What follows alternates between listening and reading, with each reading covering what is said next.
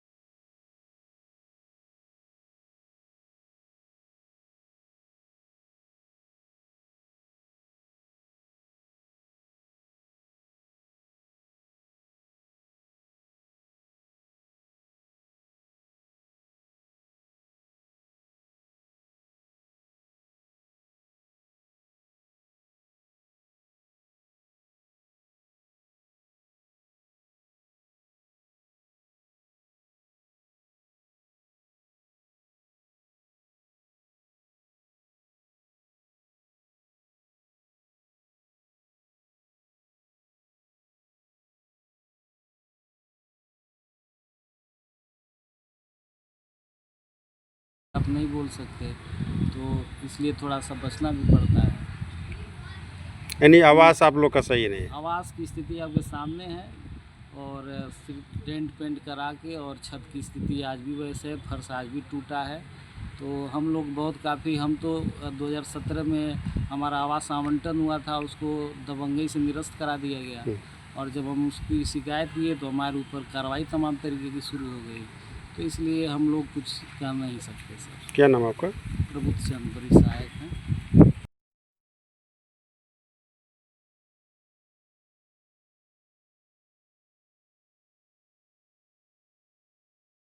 Sir क्या नाम है आपका? राकेश कुमार पासवान। जो आप लोग आवास में रह रहे हैं सर, क्या आप लोग को सुविधा, क्या दिक्कत है कुछ? दिक्कत तो अभी कुछ नहीं है, अभी रिपेयर हुआ है मकान। कब रिपेयर हुआ था? पिछले साल हुआ था। इधर नहीं हुआ रिपेयर? नहीं पिछले साल हुआ था। तो प्लास्टर व्लास्टर क्या है, जर्जर है कि नहीं? नहीं अभी तो ठीक है सर।